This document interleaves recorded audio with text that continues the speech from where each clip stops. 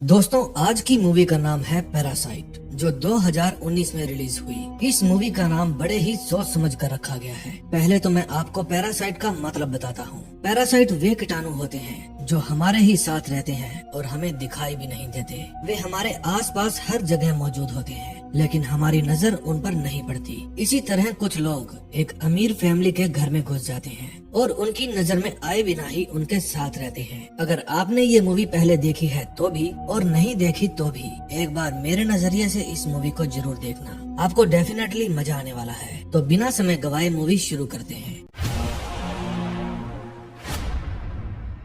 ये है कीवू। ये यहाँ अपनी फैमिली के साथ रहता है। हर लोगों की तरह इनकी भी एक समस्या है और वो ये है कि ये व्हाट्सएप के बिना रह नहीं सकते और व्हाट्सएप चलता है लोगों के वाईफाई से, जिसका नेटवर्क इनको अपने घर में ढूंढना पड़ता है। इसकी बहन का नाम है कीजू, बाप का नाम किम और माँ का नाम जोंग है। ये गरीबी रेखा से भी नीचे वाली फैमिली है। फिलहाल ये घर के अंदर पिज्जा बॉक्स बनाने का काम करते हैं। इससे इनको थोड़े बहुत पैसे मिल जाते हैं। इन पैसों से इनका गुजारा तो नहीं होता, पर हाँ, गाड़ी चल जाती है। एक दिन कीवू का दोस्त मिन उससे मिलने के लिए आता है। वो उसके लिए एक गिफ्ट भी लेकर आता है, जिसके अंदर एक लैंडस्केप स्टोन था। कहने को तो ये एक एंटीक पीस था, लेकिन इस फैमिली के लिए ये एक बेकार पत्थर था। फिर मिन कीवू को बाहर लेकर जाता है और उसे बताता है कि मैं एक रिच फैमिली में एक लड़की को इंग्लिश ट्यूशन देने जाता हूँ। मैं अंदर ही अंदर उस लड़की से प्यार करता हूँ, लेकिन अब मेरा विदेश जाने का वीजा लग गया है। इसलिए मैं चाहता हूँ कि बजाय किसी और के तुम वहाँ जाओ और उसे इंग्लिश पढ़ाओ,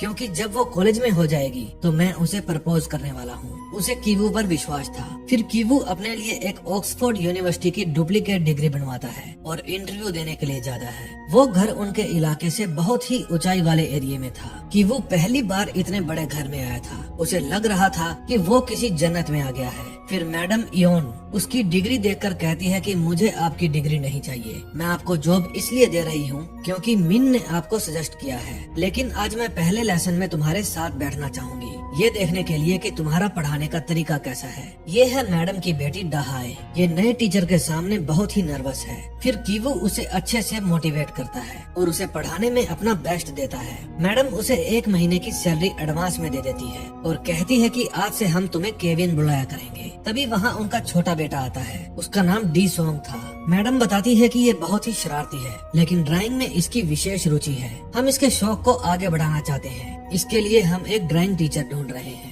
तभी केविन के दिमाग में घंटी बजती है और वो मैडम को बताता है कि वो एक ड्राइंग टीचर को जानता है। उसे अच्छे से छोटे बच्चों को हैंडल करना भी आता है। फिर मैडम के कहने पर केविन अगले दिन अपनी बहन को ड्राइंग टीचर बनाकर उस घर में ले आता है। कीजू को भी जॉब मिल जाती है। मैडम उसका नाम जेसिका रख देती है। केविन और डाई हाई भी एक दूसरे की तरफ अट्रैक्ट थे।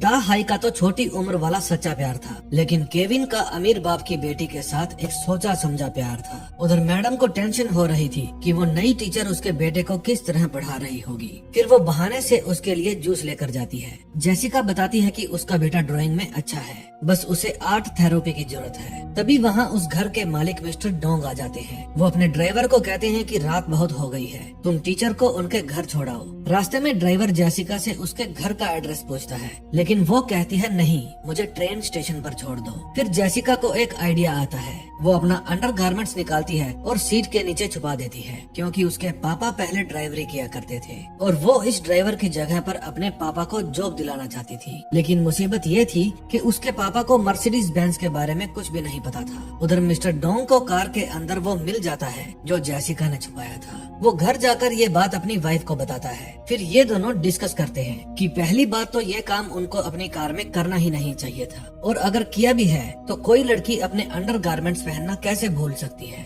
इसका सीधा सीधा मतलब ये है कि लड़की ने जरूर ड्रग्स लिए होंगे। फिर ये लोग डर जाते हैं कि कहीं कोई मुसीबत में ना फंस जाए और ड्राइवर को जॉब से हटा देते हैं। तभी वहाँ जेसिका आ जाती है। मैडम जेसिका से पूछती है क्या उस दिन कार में कुछ हुआ था, लेकिन जेसिका मना कर देती है और कहती है कि मैं स्टेशन पर उतर गई थी। फिर मैडम उसे बताती है कि एक शर्मनाक हरकत के कारण हमने उसे जॉब से निकाल दिया है। जेसिका बताती है कि मेरे एक अंकल थे, वो पहले एक फैमिली के लिए मर्सिडीज चलाया करते थे। फिर वो फैमिली पेरिस चली गई और अभी वो अंकल बेरोजगार हैं। बस फिर क्या था, मैडम जेसिका को उन्हें मिलवाने के लिए कहती है। है। अब केविन अच्छे कपड़े पहनकर साथ में अपने पापा को लेकर मर्सिडीज बेंज के शोरूम में जाता है ताकि उन्हें मर्सिडीज के फीचर्स के बारे में पता चल सके। फिर मिस्टर डोंग उनका टेस्ट लेते हैं और किम टेस्ट में पास हो जाता है और ये जॉब उन्हें मिल जाती है। अब उनका अगला निशाना थी वो मेड जिसका नाम मून था। जब मिस्टर डोंग ने ये घर खरीदा तो ये मेड घर के पहले वाले मालिकों ने घर के साथ ही इन्हें दे दी थी, यानी कि ये बहुत सालों से इस घर में जॉब कर रही है। उसको इस घर से हटाना लगभग इम्पॉसिबल था।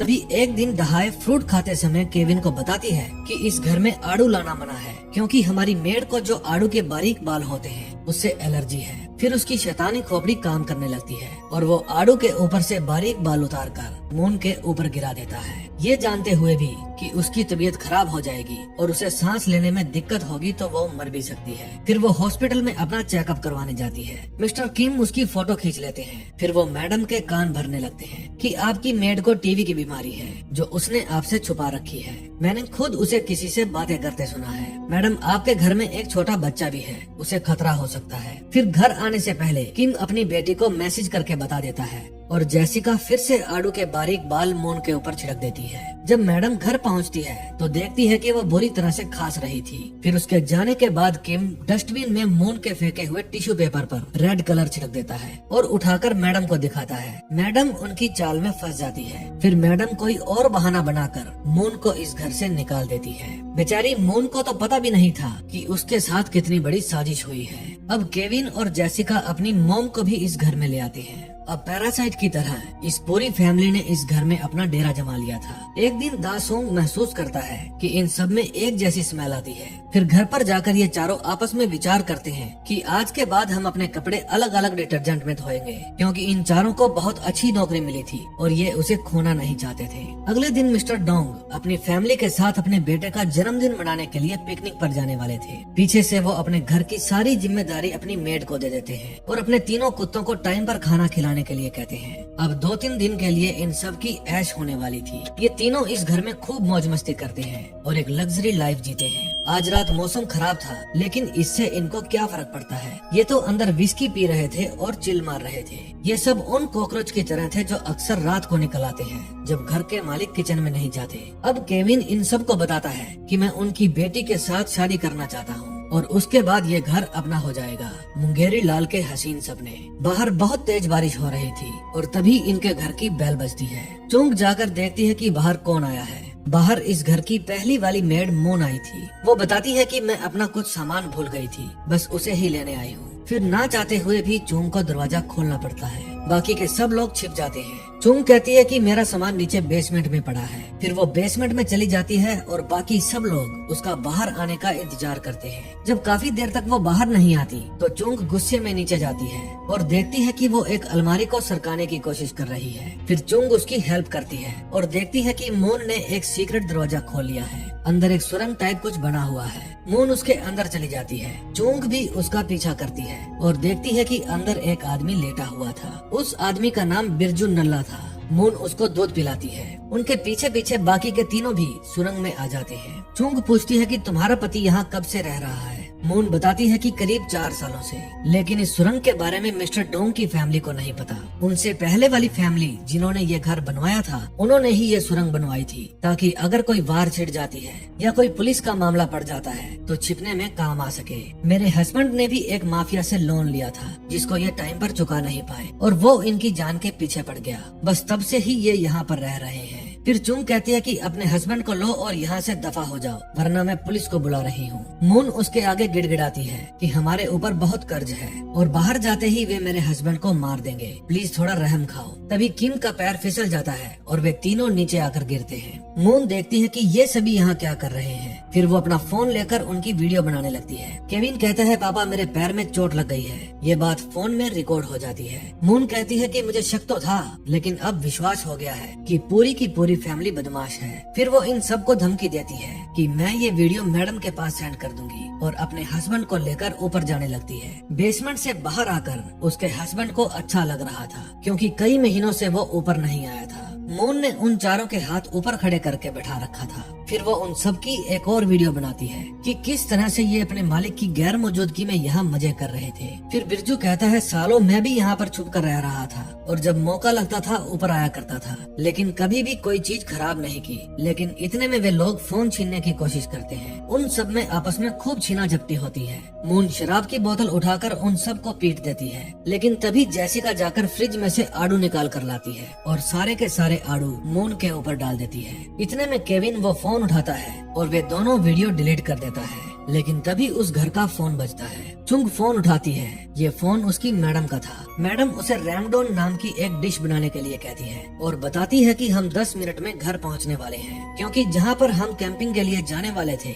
वहां बहुत तेज बारिश हो रही थी, इसलिए हम वापस घर पर आ रहे हैं। अब जैसे ही मालिकों के आने की बात पता चलती है, ये सब लोग घर की सफाई में जुट जाते हैं। वे मून और उसके हस्बैंड बिरजू को वापस उसी टनल में बंद कर देते हैं। सफाई का काम पूरा भी नहीं हुआ था, लेकिन इतने में वो फैमिली घर पर आ जाती है और ये सब इधर उधर छिप जाते हैं। जिस तरह लाइट ऑन होने पर कॉकरोच इधर उधर छिप जाते हैं। मून दोबारा से भागकर ऊपर आने की कोशिश करती है, लेकिन चुंग उसे लात मारकर बेसमेंट में गिरा देती है। फिर किम उसे वापस सुरंग के अंदर लेकर जाता है। वो देखता है कि बिरजू एक switch bar bar on off कर रहा है। ये स्विच बाहर लगी लाइट का था। फिर बिरजू बताता है कि ये मोर्स कोड है, यानी लाइट के जरिए भी हम किसी को अपना संदेश दे सकते हैं। लेकिन डोंग और उसकी फैमिली को ये वाली लैंग्वेज नहीं आती थी। फिर किम उसे एक पाइप के साथ बांध देता है। उधर मैडम चुंग को बताती है कि हम अपने बेटे का बर्थडे इस घर में कभी सेलिब्रेट नहीं करते, क्योंकि एक बार रात को जब वो अपना बर्थडे केक खा रहा था तो उसने किचन में एक भूत देख लिया था। उसके बाद वो कभी भी उसे भूल नहीं पाया। उधर बिरजू किम को बताता है कि ये मेरा घर है, मुझे यहाँ रहने में मजा आता है, प्लीज तुम मुझे यहाँ से बाहर मत निकालो। फिर किम उन दोनों को वहाँ पर छोड़कर बाहर आ जाता है। चुंग अपने पति और दोनों बच्चों को वहाँ से बाहर निकालने की कोशिश करती है, लेकिन तभी वहाँ पर डी सॉन्ग आ जाता है और वे सब लोग फिर से कॉकरोच की तरह टेबल के नीचे छिप जाते हैं। वो बाहर गार्डन में अपना छोटा सा कैंप लगाता है और आज रात उसके अंदर ही सोने को कहता है। फिर मिस्टर डोंग उससे वॉकी टॉकी पर बात करते हैं और कहते हैं कि हम लिविंग रूम में ही हैं, अगर तुम्हें डर लगे तो हमें बता देना, मैं लेने आ जाऊंगा। फिर मैडम कहती है कि हम भी यहीं पर सो जाते हैं। तभी मिस्टर डोंग कहते हैं कि मुझे यहाँ पर अजीब सी स्मेल आ रही है। ये स्मेल कार के अंदर से आने वाली स्मेल से मिलती है। ये स्मेल कुछ इस तरह की है जैसे कोई झोपड़पट्टी में रहने वाले लोगों की होती है। मिस्टर डोंग की ये बात किम को अच्छी नहीं लग रही थी और ये बात वो दिल पर ले जाता है। फिर रात को जब मिस्टर डोंग और मैडम सो जाते हैं तो वे तीनों उस टेबल के नीचे से निकलते हैं और बाहर जाने की कोशिश करते हैं। वे तीनों चुपके से गैरेज में जाते हैं और वहाँ से बाहर निकल जाते हैं। दोस्तों, जिस तरह एक अमीर और गरीब में जमीन आसमान का फर्क होता है, इसी तरह उनके घरों में भी जमीन और आसमान का फर्क होता है। जिस जगह मिस्टर डोंग का घर था उससे नीचे और बहुत नीचे एक बस्ती में ये लोग रहा करते थे। जिस तरह चूहे जमीन के अंदर अपना बिल बनाकर रहते हैं। आज बारिश बहुत तेज थी और रुकने का नाम ही नहीं ले रही थी। केविन और जेसिका अपने पापा से पूछते हैं कि उन दोनों का क्या होगा जिनको हम बेसमेंट में बंद कर आए हैं। किम कहता है उनकी चिंता तुम मुझ पर छोड़ दो और घर चलो। जिस जगह ये रहा करते थे वहाँ सब लोगों को बस एक ही चिंता थी कि अपने घर में बारिश का पानी घुसने से कैसे रोके। आज उनकी जिंदगी ने ऐसी करवट ली थी कि ये स्वर्ग से निकलकर सीधा नरक में आकर गिरे थे। उधर टनल में मून बिरजू को खोलती है और बताती है कि मेरा सिर जोरों से दुख रहा है। फिर वो वोमिट करने जाती है और उसके बाद वो बिरजू के सामने ही अपना दम तोड़ने लगती है और कहती है कि चुंग ने मुझे सीढ़ियों से धक्का दे दिया। हाथ बंधे होने के कारण बिरजू कुछ नहीं कर पाता, बस सिवाय अपनी पत्नी को मरता हुआ देखने के। फिर बिरजू अपने आप को उस पाइप से छुड़वा लेता है और बार बार लाइट के जरिए एक संदेश देने की कोशिश करता है। उधर किम अपनी जानवरों से भी बदतर जिंदगी के लिए दुखी था। फिर उस बस्ती में जितने भी लोगों के घर डूब गए थे वे सब एक कम्युनिटी हॉल में रात बिताते हैं। एक बड़े घर की लालसा में उनका खुद का घर भी छीन गया था। कहीं तो खाने के लाले पड़े थे और कहीं अपने बेटे के जन्मदिन की पार्टियां रखी जा रही थी। तभी मैडम किम केविन और जेसिका को अपने घर होने वाली पार्टी में इनवाइट करती है। मिस्टर किम काम पर तो जाते हैं लेकिन उनके मन में खुशी नहीं थी। हजारों ऐसे सवाल उनके मन में थे जिनका कोई जवाब नहीं था। एक तो कल रात के कपड़ों में से बदबू आने वाली बात मिस्टर किम के दिमाग से निकल ही नहीं रही थी और दूसरा खुद का घर पूरी तरह से पानी में डूब जाने के बाद भी वो अपनी ड्यूटी पर आए थे। अब घर पर रिश्तेदारों का जमावड़ा शुरू हो गया था। आज किम, चुंग, केविन और जेसिका इन चारों में से कोई भी खुश नहीं था। मिस्टर डोंग किम का उतरा हुआ चेहरा देखकर कहते हैं, मैं आज तुम्हें ओवर टाइम दूंगा लेकिन चेहरे को थोड़ा ठीक रखो। जेसिका भी अपनी मॉम को कहती है कि हमें एक बार नीचे चलकर देखना होगा कि वे दोनों किस हालत में हैं। लेकिन केविन के दिमाग में कुछ और ही चल रहा था। वो अपना चट्टान का टुकड़ा लेकर टनल में जाता है ताकि उन दोनों का काम तमाम कर सके, क्योंकि उन दोनों के कारण इन चारों की नौकरियां जा सकती थी। लेकिन अपनी वाइफ के मर जाने के कारण बिरजू पागल हो गया था। वो केविन को ही मारने की कोशिश करता है, लेकिन केविन अपनी जान बचाकर ऊपर भाग जाता है। फिर बिरजू उसी चट्टान के टुकड़े से उसका सिर फोड़ देता है। फिर बिरजू एक बड़ा सा चाकू लेकर बाहर पार्टी में जाता है और बर्थडे का केक ले जा रही जेसिका को मार देता है। फिर वो चुंग को मारने के लिए जाता है, लेकिन चुंग उस पर भारी पड़ती है और बिरजू को ही मार देती है। ये सब किम दूर बैठा बैठा देख रहा था। उसका दिमाग सुन्न हो गया था। लेकिन जब मिस्टर डोंग को यहाँ भी बदबू आती है तो किम को ये बात बुरी लगती है और वो मिस्टर डोंग को मार देता है। ऐसा करके वो वहाँ से भाग जाता है। कुछ दिन बाद जब केविन को होश आता है तो उसकी दिमागी हालत कुछ ठीक नहीं थी। डॉक्टर कहता है कि धीरे धीरे ये ठीक हो जाएगा। अब अदालत भी केविन और उसकी माँ चुंग को प्रोबेशन पर छोड़ देती है। जब केविन को पता चलता है कि उसकी बहन मर चुकी है और उसके पापा का कोई अता पता नहीं है, तब भी वो हंस रहा था। अब सर्दियाँ आ जाती है। केविन पहाड़ों पर जाता है जहाँ से वो घर बिल्कुल साफ साफ दिखता था। वहाँ अब नई फैमिली रहती थी। तभी देर रात वो देखता है कि घर की एक लाइट बार बार जगबुझ हो रही है। फिर वो उस लाइट का ग्राफ नोट कर लेता है और उसको सॉल्व करने की कोशिश करता है। वो समझ जाता है कि उसके पापा उसे मैसेज दे रहे हैं कि वो उस घर की सुरंग में है, क्योंकि उस दिन मिस्टर डोंग को मारने के बाद किम घर से बाहर तो निकला, लेकिन वो गैरेज से वापस घर के अंदर घुस गया और नीचे सुरंग में चला गया। फिर मैडम अपने बच्चों को लेकर इस घर से हमेशा के लिए चली गई और एक दिन उसने मौका देखकर मून की बॉडी को भी दफन कर दिया। जब भी यहाँ कोई फैमिली रहने आती तो वो आधी रात को निकलता था और खाने का सामान लेकर वापस टनल में चला जाता था। वो हर रात अपने बेटे को मैसेज भेजने की कोशिश करता था कि शायद किसी दिन तो उसकी नजर इस लाइट पर पड़ेगी। ये बातें जानकर केविन फैसला करता है कि वो यूनिवर्सिटी, करियर और शादी ये सब बाद में देखेगा। पहले वो पैसा कमाकर ये घर खरीदेगा और अपने मॉम डैड को इस घर में अच्छी जिंदगी देगा। वो ये जानता था कि उसके पापा इस घर के टनल में है, लेकिन फिर भी वो उन्हें बाहर नहीं निकालता, क्योंकि अगर वो ऐसा करता तो पुलिस उन्हें पकड़ लेती। वो जब तक घर की टनल में थे तब तक सेफ थे। तो दोस्तों, ये मूवी देखकर आपको क्या फील हुआ कमेंट में जरूर बताना। मूवी मेकर्स ने एक कड़वी सच्चाई को सब लोगों के सामने रख दिया कि किस तरह से गरीबी रेखा से नीचे रहने वाले लोग हमेशा बड़े घरों में रहने की डिजायर रखते हैं। और इस मूवी का नाम पैरासाइट क्यों पड़ा, ये भी मैंने आपको पूरी डिटेल से इस मूवी के अंदर समझा दिया है। इस फिल्म ने कई अवार्ड जीते जो कि ये डिजर्व करती थी। और दोस्तों, अगर आपको लगता है कि मैं भी एक लाइक और सब्सक्राइब डिजर्व करता हूँ तो प्लीज वीडियो को लाइक और चैनल को सब्सक्राइब कर दें। मैं मिलूंगा आपसे एक और बेहतर मूवी के साथ। Till then, bye bye.